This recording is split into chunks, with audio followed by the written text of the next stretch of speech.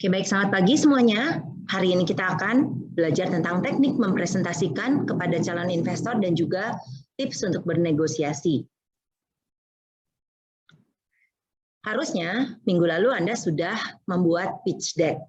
Nah, sekarang bagaimana untuk bisa membawakannya dengan baik? Ada 4 hal yang perlu diperhatikan. Nomor 1, kalian langsung dari awal langsung menyatakan apa yang Anda maksud. Keinginannya apa, mencari dana jumlahnya berapa, dan lain-lain. Ya, jadi langsung nanti kita akan lihat di video Shark Tank yang saya ambil sebagai contoh ya. Kemudian yang kedua, saya ingatkan jangan terlalu banyak slide. Jadi kalian harus pakai versi pendek untuk presentasinya. Kemudian teknik presentasi yang baik Anda harus latih. Dan terakhir teknik negosiasi yang efektif. Maksudnya bagaimana? Anda persiapkan dulu seberapa jauh kamu sanggup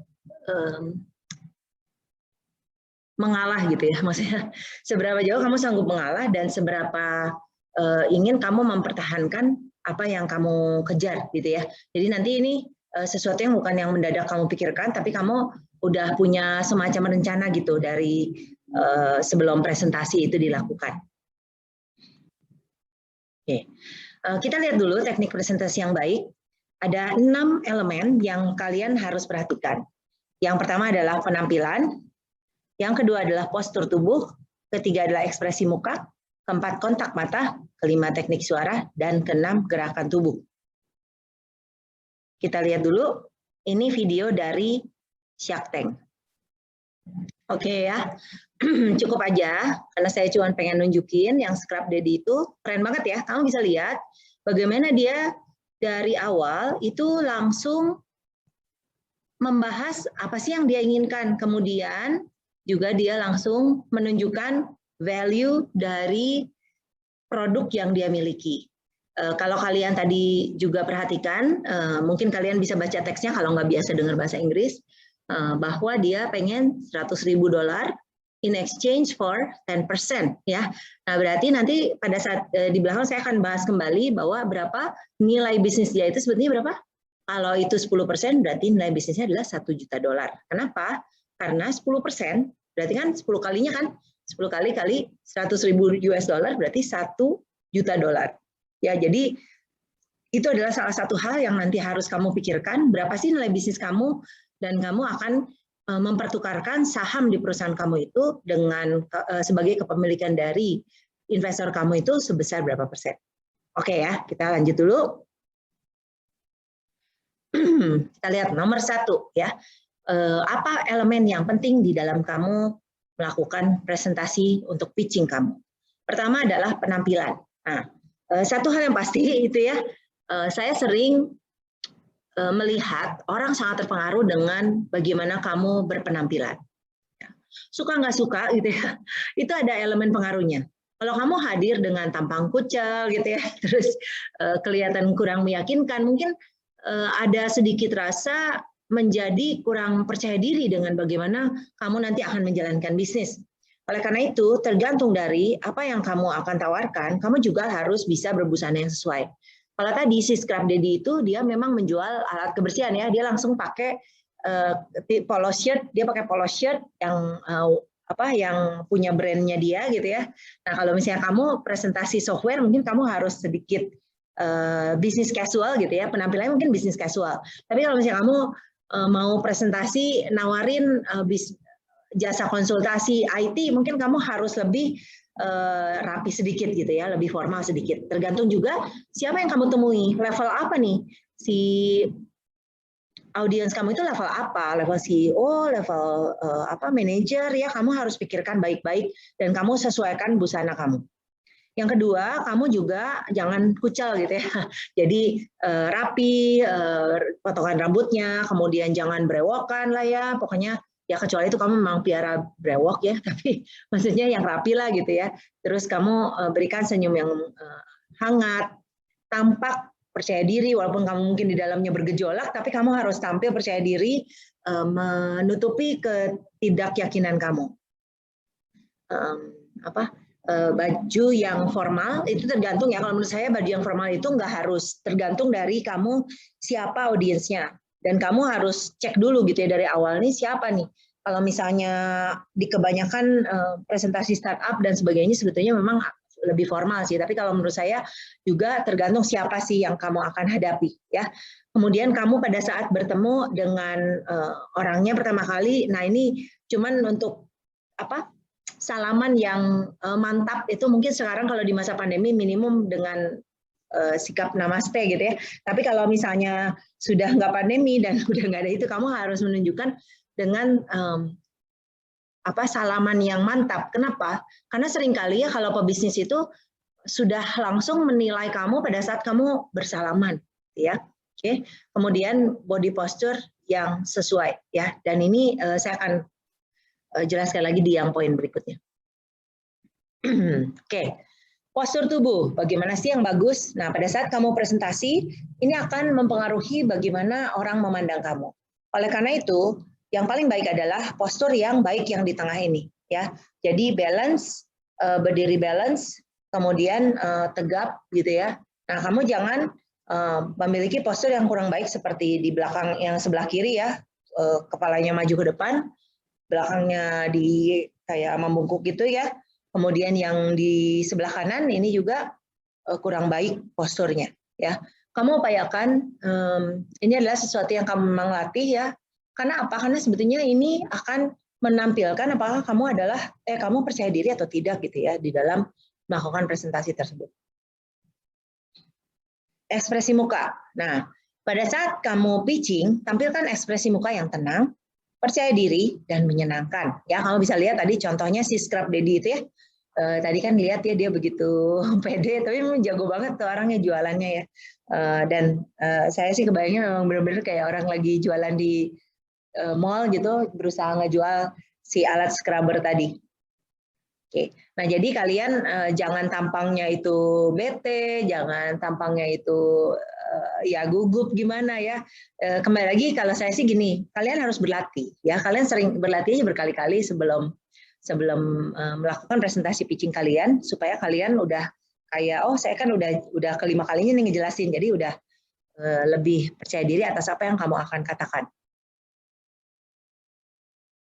Oke, yang nomor 4 adalah kontak mata. Nah, kontak mata ini penting untuk relasi dengan pemirsa. Jadi kalau kayak kamu tadi, contohnya si Scrub Daddy tadi, dia sendiri, terus dia ada 5 orang di depannya, melakukan kontak mata satu persatu dengan mereka. Ya, dan jangan lupa kamu harus selalu dengan senyum yang bersahabat. Tips saya adalah pandang pemirsa dari waktu ke waktu, menyapu ruangan. Ini dengan catatan kalau kamu berhadapan langsung dengan mereka, berarti kamu akan melihat satu persatu langsung tatap muka. Kalau kamu merasa stres atau takut gitu ya, kamu sebetulnya tetap menyapu ruangan tapi nggak usah lihat mata dia, boleh lihat jidat biasanya atau lihat kalau di sini kemeja, kamu lihat di bagian kerah kancing di lehernya ya, biasanya gitu.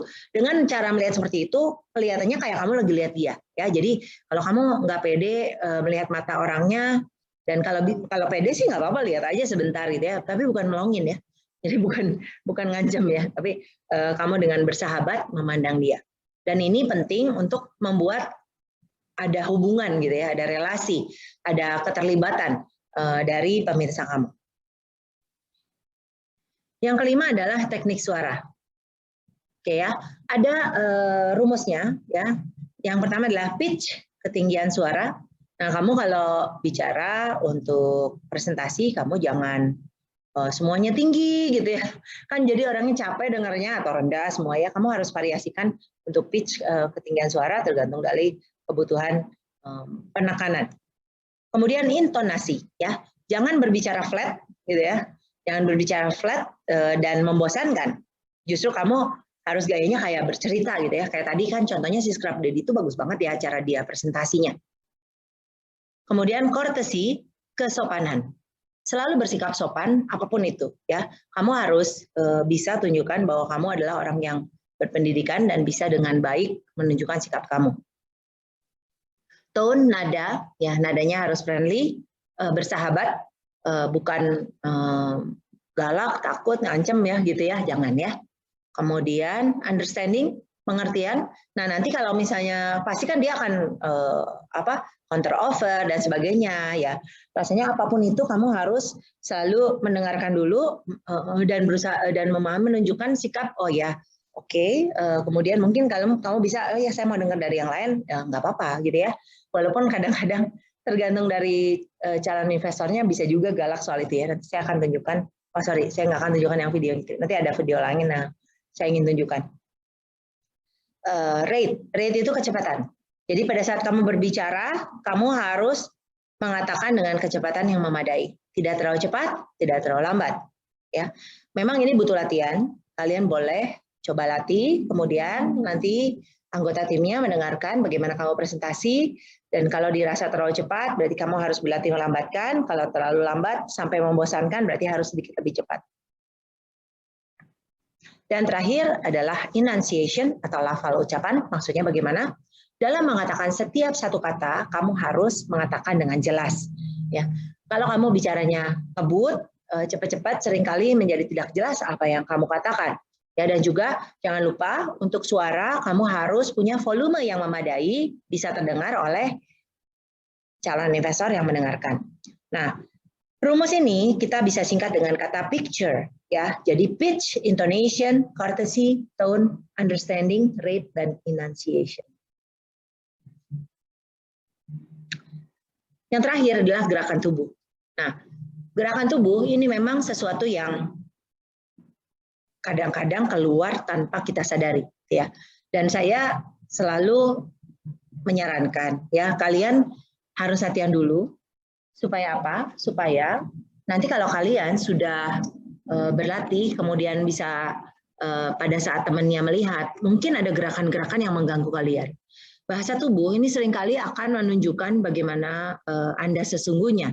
Dan kalau Anda bisa latih dengan baik, itu akan membuat Anda menjadi seseorang yang tampak lebih percaya diri. Nah, jadi di sini ada berbagai masalah yang sering terjadi untuk gerakan tubuh di panggung. Sebagai contoh, menggosok-gosok tangan, menyimpan tangan di kantong, melipat tangan di dada gitu ya, atau di belakang punggung kayak sikap istirahat ya, memainkan baju atau benda di tangan, menghindari melihat pemirsa, dan postur tubuh yang tidak nyaman percaya diri. Saya cerita sedikit ya, dulu saya pada saat saya baru lulus dari S1 gitu ya, saya sebetulnya keuntungan kalian ya, kalian sekarang dosen-dosennya itu banyak yang mengharuskan melatih kalian menjadi seorang presenter yang baik. Ya. Dulu kalau zaman saya nggak banyak loh kesempatan untuk presentasi, dan akibatnya pada saat saya waktu itu pernah diminta untuk presentasi di salah satu kelas dosen saya di Amerika, saya kacau banget gitu, kacau banget karena saya sama sekali tidak terlatih. Salah satu gerakan yang sangat mengganggu antara lain adalah saya pegang bolpen terus saya cetak-cetak terus gitu ya sepanjang presentasi, dan itu terus terang sangat-sangat mengganggu ya. Tapi ya it's okay, itu adalah kenangan manis juga buat saya, di mana saya berjanji tidak akan mengulangi hal itu lagi ya, karena itu benar-benar sangat annoying. Oke, yang pasti kalian, saya yakin kalau kalian tidak sering berlatih, pasti kalian akan ada satu gerakan atau beberapa gerakan yang mungkin mengganggu orang pada saat melihat kalian. Jadi kalian nanti berlatih untuk menghilangkannya sedikit demi sedikit sampai tidak ada benangnya. Baik, nah jadi untuk berpresentasi, kunci keberhasilannya adalah latihan sebelum tayang. Kalian boleh berlatih di depan kaca, boleh berlatih, terus ada teman-teman yang ngelihat, kasih pendapat gitu ya. Pokoknya yang paling penting adalah kalian harus menunjukkan percaya diri. Kenapa? Kalau kalian nggak tampak percaya diri, bagaimana kalian bisa meyakinkan investor kalian itu? Ya, jadi ini penting sekali untuk bisa kalian latih sebelum kalian benar-benar di hari H jam tayang di depan beberapa investor. Dan jangan lupa investor itu jago-jago ya.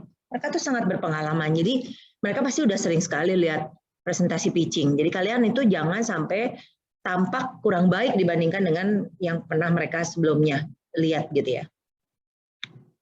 Nah, berikutnya nanti di dalam pitching, pada saat Anda menawarkan, saya meminta dana sekian, sebagai gantinya dapat sekian, Anda dapat sekian persen saham. Nah, ada beberapa hal yang kalian harus ingat. Ya. Pertama, kalian harus pahami dulu calon investor kamu itu siapa. Kalau kalian bisa kenal dia, cari yang bisa tertarik, apa yang dia tertarik gitu ya, kalian akan bisa mengatakan kata-kata yang lebih nyambung sama dia ya. Jadi kalian harus kerjakan PR kamu dulu.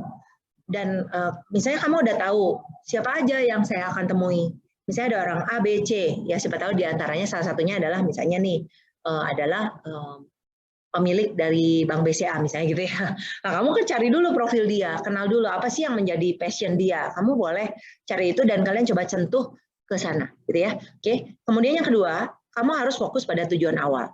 Hati-hati, jangan tergiur, jangan juga cepat menyerah. Karena apa? Karena seringkali terus terang gitu ya, kalau kita sebagai seorang startup itu kemungkinan besar kita nggak ada pengalaman yang memadai. Si investor tuh jago banget ya, jadi dia pasti sebagai seorang investor akan mencari keuntungan terbaik buat dia.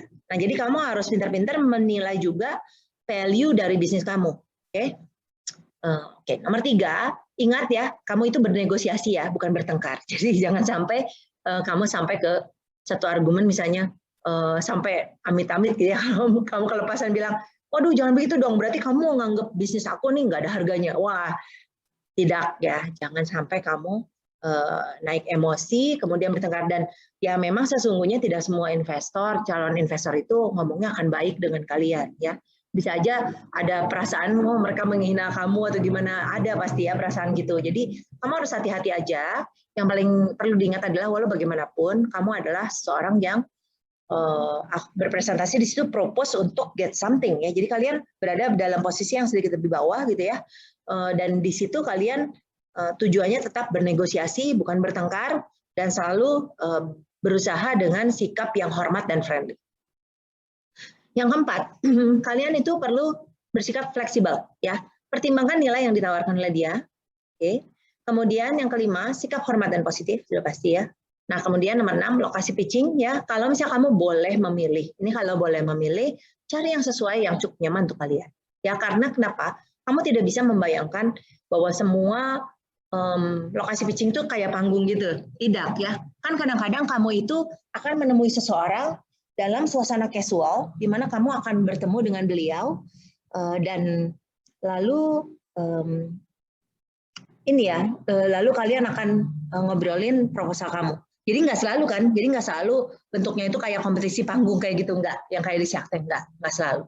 Bisa aja kamu bertemu dalam suasana kafe atau gimana, ya kamu pikirlah, janganlah cari tempat yang gaduh, yang susah ngomong, waduh itu mah udah salah banget ya. Jadi kamu mendingan cari, misalnya mau cari restoran, ya cari restoran yang agak sepi, yang tenang, suasananya di mana kamu bisa mengatakan pitching kamu itu dengan santai, gitu ya, dan dengan enak dan bisa terdengar dengan baik. Yang terakhir, jangan lupa selalu bersikap profesional. Ya, kalian ini kayak sebuah representatif dari sebuah bisnis. Dan oleh karena itu kamu nggak bisa kamu tampak tidak pede, ya, dan tidak profesional. Semuanya kalian juga kata-kata yang kamu pilih dan sebagainya itu harus sesuatu yang menunjukkan bahwa memang kamu itu cukup berharga untuk nanti didanai. Oke, itu penting sekali.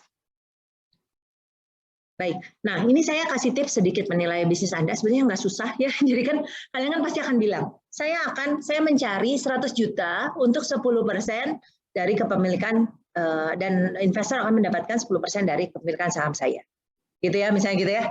Nah, kalau kamu ngomong 10%, berarti berapa nilai bisnis Anda?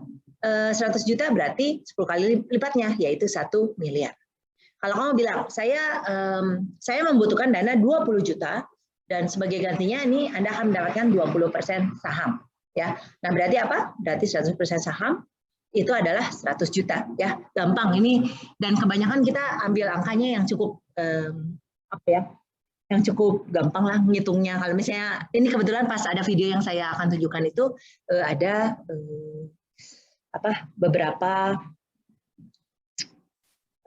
ada angkanya 17,5 gitu ya, kalau nggak salah ya, nggak apa-apa. Pokoknya kamu udah kira-kira buat perhitungkan dulu sebelum kamu melakukannya.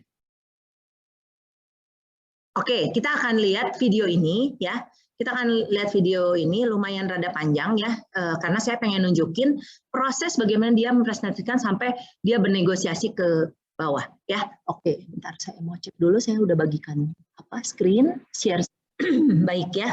Jadi menurut saya ya, yang barusan kalian lihat itu luar biasa banget, betul nggak?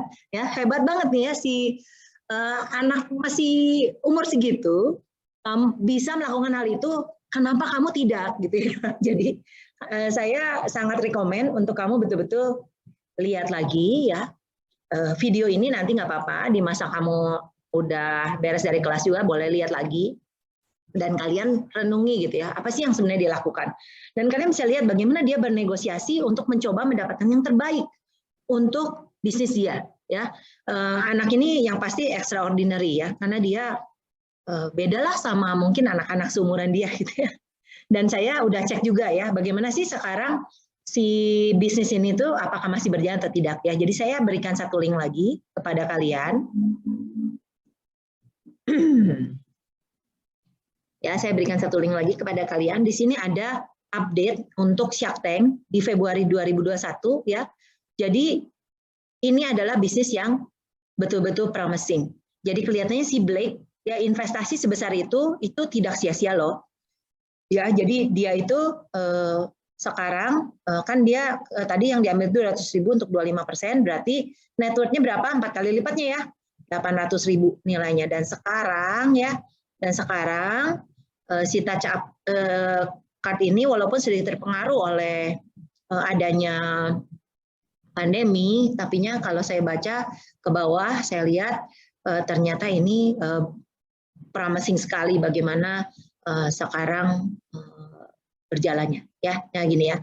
Jadi selalu ada efek dari Shark Tank ya, di mana produk dijual itu sold out di company website dan juga Amazon setelah episode tersebut ditayangkan.